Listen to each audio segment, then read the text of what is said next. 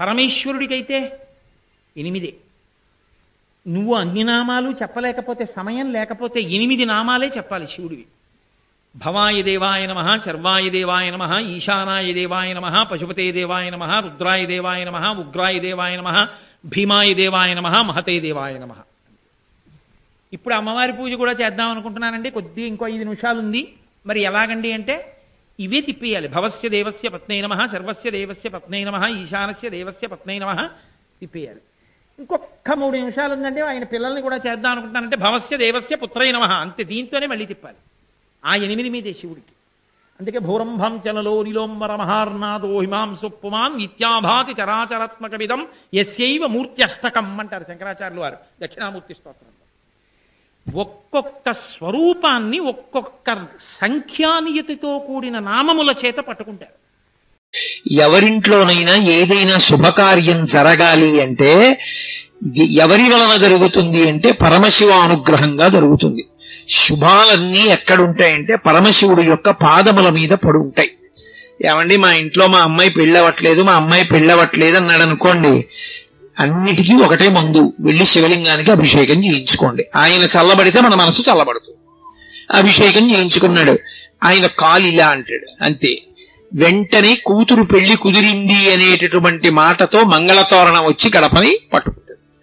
అన్ని శుభాలు ఆయన పాదాల దగ్గర పడున్నాయి. ఆయనకే శుభం చేస్తాం మనం, ఆయనకి చెయ్యగలిగినటువంటి వాళ్ళం కాం మనం.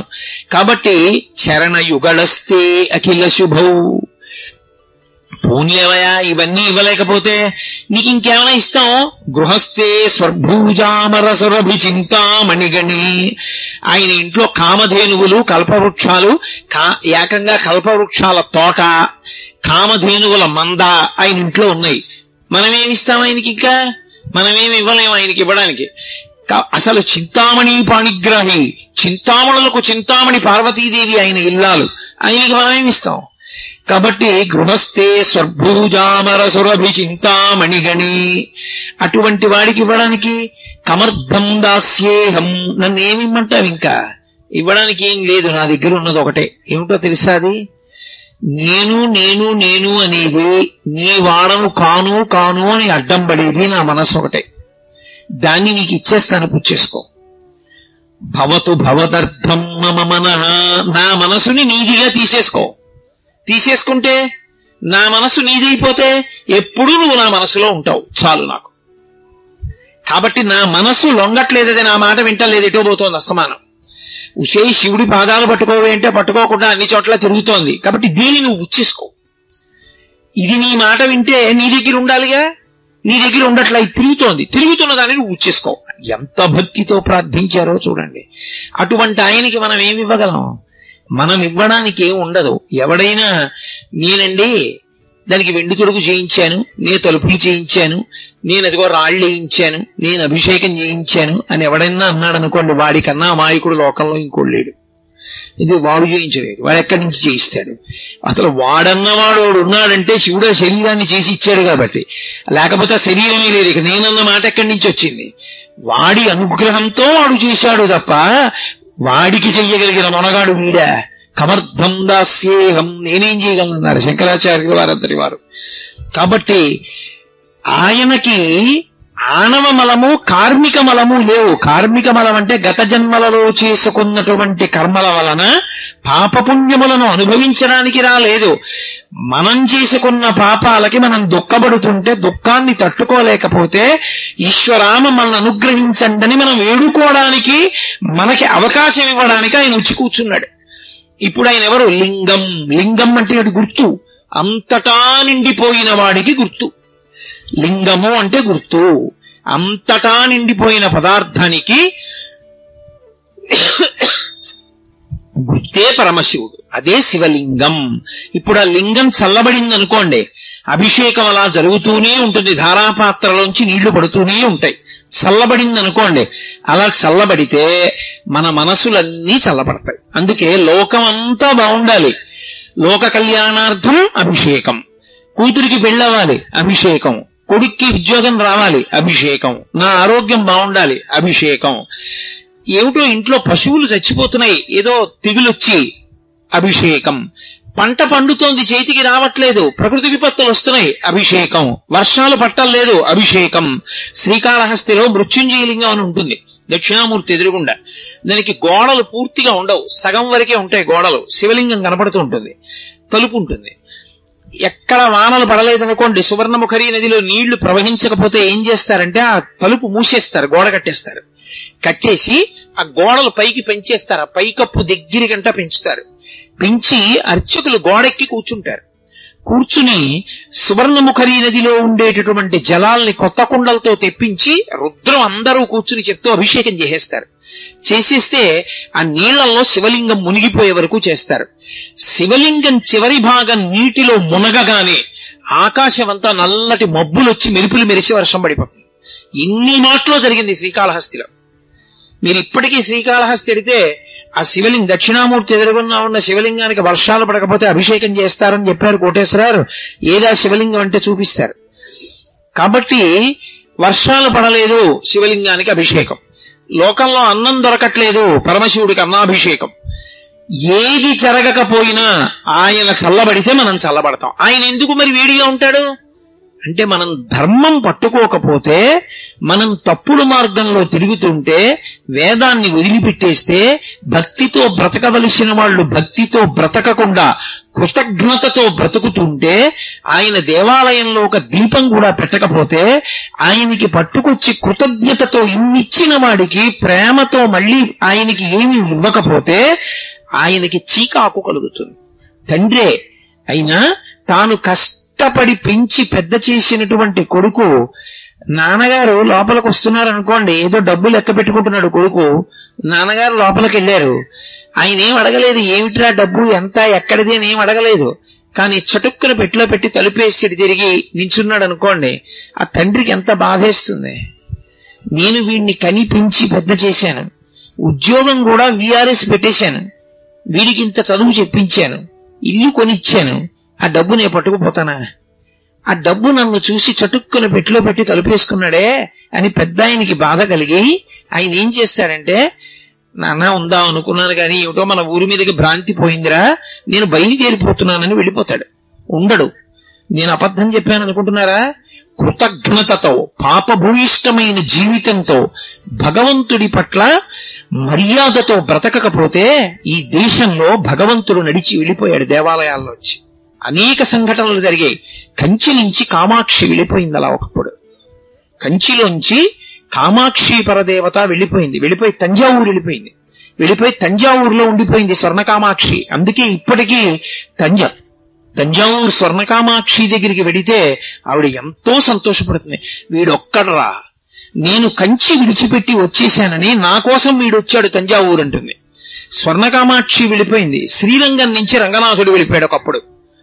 అలా వెళ్ళిపోతేనే కదా ఇవాళ తిరుమలలో రంగనాయకుల మంటపం ఉంది. అక్కడి నుంచి వచ్చేసిన రంగనాథుడు తిరుమలలో రంగనాయకుల మంటపంలో ఉండిపోయాడు చాలా కాలం. భగవంతుడు కూడా దేవాలయాలు విడిచిపెట్టి వెళ్ళిపోయాడు. నేరెళ్ళమ్మ వెళ్ళిపోయింది తూర్పుగోదావరి జిల్లాలోని, అన్నవరం వెళ్ళిపోయింది రత్నగిరి దగ్గరికి. ఎందుకు వెళ్ళిపోతారు దేవతలంటే, గుళ్లల్లోంచి అసహ్యం కలిగితే వెళ్ళిపోతారు. డబ్బు లెక్క పెట్టుకుంటున్న కొడుకు తండ్రిని చూసి డబ్బు దాచుకుంటే అసహ్యించుకున్న తండ్రి తన ఇంటికి తాను వెళ్ళిపోయినట్టే పరమేశ్వరుడు కూడా ఊరు విడిచిపెట్టి వెళ్ళిపోతాడు. అలా వెళ్ళిపోయాడు అనుకోండి, ఉత్పాతములు సంభవిస్తాయి. అందుకే మేమందరం రోజు నీకు ఉపచారాలు చేయట్లేదు, తప్పులే చేస్తున్నాం. అయినా నువ్వు మా కన్న తండ్రివి. ఏమీ తెలియనటువంటి బిడ్డడు మహాపండితుడైనటువంటి తండ్రిని గుండెల మీద కాళ్లతో తంతాడు. అంత మాత్రం చేత కాలు విరిచేస్తాడా తండ్రి? ముద్దు పెట్టుకుంటాడు. మేమందరం తప్పు చేశాం, తప్పు చెయ్యట్లేదని అనలేదు. అందుకే అభిషేకం చేసేటప్పుడు నమస్తే రుద్రమంజవగుతో ఇషవే నమః, నమస్తే అస్తు ధన్వనే బాహుభ్యాముతే నమః అని, అయ్యా మీ చేతిలో ఉన్న ధనస్సుకి నమస్కారం, అయ్యా మీకున్న కోపానికి నమస్కారం. బిడ్డలం ఆ కోపం విడిచిపెట్టేయండి, ఏదో తెలియక తప్పు చేశాం, మమ్మల్ని మన్నించండి.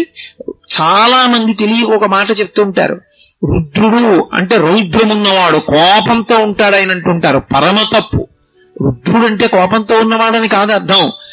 రుత్ అంటే వేదం, వేదము చెప్పినటువంటి ధర్మముతో బ్రతకాలనేటటువంటి అనుగ్రహమును కల్పించేవాడెవరో ఆయన శివుడు, ఆయన రుద్రుడు. ఈ మాట కొంచెం జాగ్రత్తగా పట్టుకోవాలి. ఆయనకి పశుపతి అని ఒక పేరు.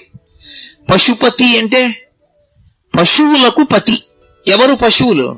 మనందరం పశువులమే, మీరేమనుకోకండి. మనందరం పశువులం. ఎందుకని? పశువు అంటే 3 మాటలు ఉంటాయి. ఒకటి రాట ఉంటుంది, 2 తాడు ఉంటుంది, దానితో కట్టబడేటటువంటి జంతువు ఉంటుంది. ఈ 3 ఉంటే పశువు. మనకి కూడా 3 ఉంటాయి. ఏమిటి? రాట జన్మ, పుట్టడం రాట, పాశములు కర్మపాశములు. మనం అనేకమైనటువంటి రజోగుణ తమోగుణ ప్రవృత్తులతో తిరగడమే పశుత్వం. ఇప్పుడు కర్మపాశముల చేత జన్మ అనేటటువంటి స్తంభానికి పశువై కట్టబడి ఉంటాడు.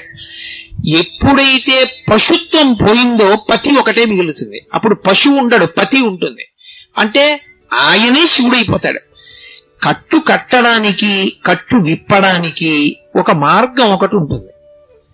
ఇది మీకు అర్థమయ్యేటట్టు ఎలా చెప్పాలి అని నేను సతమతం అవుతున్నాను. కట్టు కట్టినటువంటి దాన్ని విప్పడానికి కూడా కట్టే వెయ్యాలి. ఎలా వేస్తారంటే, మీకు పల్లెపట్టు గురించి తెలుసు కాబట్టి కొంత తెలుస్తుంది. ఆ రైతు పొలంలోకి వెళ్లి సాయంకాలం ఇంటికి తిరిగి వచ్చేస్తూ ఇంట్లో ఉండేటటువంటి ఆవుకి పచ్చిగడ్డి మోపు కడతాడు. తాటాకు తీసుకొచ్చి గట్టిగా మోపు కట్టి ఆ తాటాకు చుట్టూ తిప్పి ఇలా తిప్పేసి ముడేసేసి దాని కిందకి దోపేస్తాడు. ఇప్పుడు అట్నుంచి తిరిగి వచ్చాడు, ఆ కట్టు విప్పాలి. ఇప్పుడు ఆ కట్టు విప్పాలనుకోండి, మళ్ళీ అందులోకి వేళ్లు దూర్పి తాటాకు పైకెత్తి మళ్ళీ వెనక్కి తిప్పక్కర్లేదు. ఓ తాడు తీసుకొచ్చి పచ్చిగడ్డి మోపు కింద నుంచి పెట్టి మోకాలతో నొక్కి తాటితో గట్టిగా ఇలా నొక్కుతాడు. ముడియకుండా దగ్గరగా చేసి ఇలా బిగిస్తాడు. ఇప్పుడు పచ్చిగడ్డి బాగా బిగుసుకుంటే వేసిన కట్టు ఊడిపోతుంది, వదిలిపోతుంది, దాన్ని లాగేస్తారు. ముడేశాడా తాడు? వెయ్యలేదు, తాడిలా అంటాడు. ఇప్పుడు ముడేశాడా? వెయ్యడు. ముడి వేయకుండా కట్టు మీద కట్టులా తాటిని బిగించి ఉన్న కట్టు వదిలిపోయేటట్టు చేస్తాడు. అలా కట్టు ఉన్నంత కాలం కర్మపాశములు పట్టి ఉన్నంత కాలం పశువు.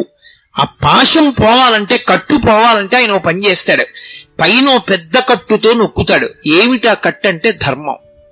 ఇప్పుడు ఆయన చేస్తాడు, భక్తుడు కూడా. ఏమిటి చేస్తాడంటే ధర్మం కోసమే చేస్తాడు ఏది చేసిన. ఈశ్వరుడు ఇలా నన్ను బ్రతకమన్నాడు, ఆయన ఎలా బ్రతకమన్నాడో నేను అలా బ్రతుకుతున్నానంతే. అదే కర్మ తప్ప ఇంకా ఆయనకేం కోరికలు ఉండవు. మీరు తరచుగా పురాణాల్లో ఒక మాట వినుంటారు. ఎప్పుడైనా ఋషులు తపస్సు చేసుకుంటున్నారు అనుకోండి, దేవతలు వెంటనే ఇంద్రుడు అప్సరసల్ని పంపిస్తాడు వాళ్ళ దగ్గరికి. ఏదో వసంత ఋతువుని కల్పిస్తాడు, వాళ్ళ దగ్గరికి వసంతుణ్ణి పంపిస్తాడు, మన్మధుణ్ణి పంపిస్తాడు. వాళ్ళ తపస్సు భగ్నం చేసేస్తూ ఉంటాడు. ఎందుకు ఆ పిచ్చి? ఎందుకు దేవతలు అలా చేయడం అంటే బాగా జ్ఞాపకం పెట్టుకోవాలి. ఎందుకు దేవతలు మనిషిని జ్ఞానమును పొందకుండా చూస్తారంటే, మనం మామూలుగా ఉన్నంత కాలం నాకేదో ఒకటి కలిసి రావాలి, ఏదో ఒకటి కలిసి రావాలి అన్నంత కాలం దేవతా సంబంధమైన క్రతువులు చేస్తాం. యజ్ఞాలు, యాగాలు, హోమాలు ఇవన్నీ చేస్తూ వానలు పడాలి, పంటలు పండాలి, మాకు పంటలు కలిసి రావాలి అని. నాకు దేవతల యొక్క అనుగ్రహంతో సంబంధం లేదు, నాకు జ్ఞానము కలగాలి అని ధార్మికమైన జీవనం ఒక్కటే లక్ష్యంగా పెట్టుకున్నాడు అనుకోండి. అప్పుడు ఇక అతను దేవతలకి అన్నం పెట్టడం అంటే ఇక యజ్ఞయాగాదులు చేయడు.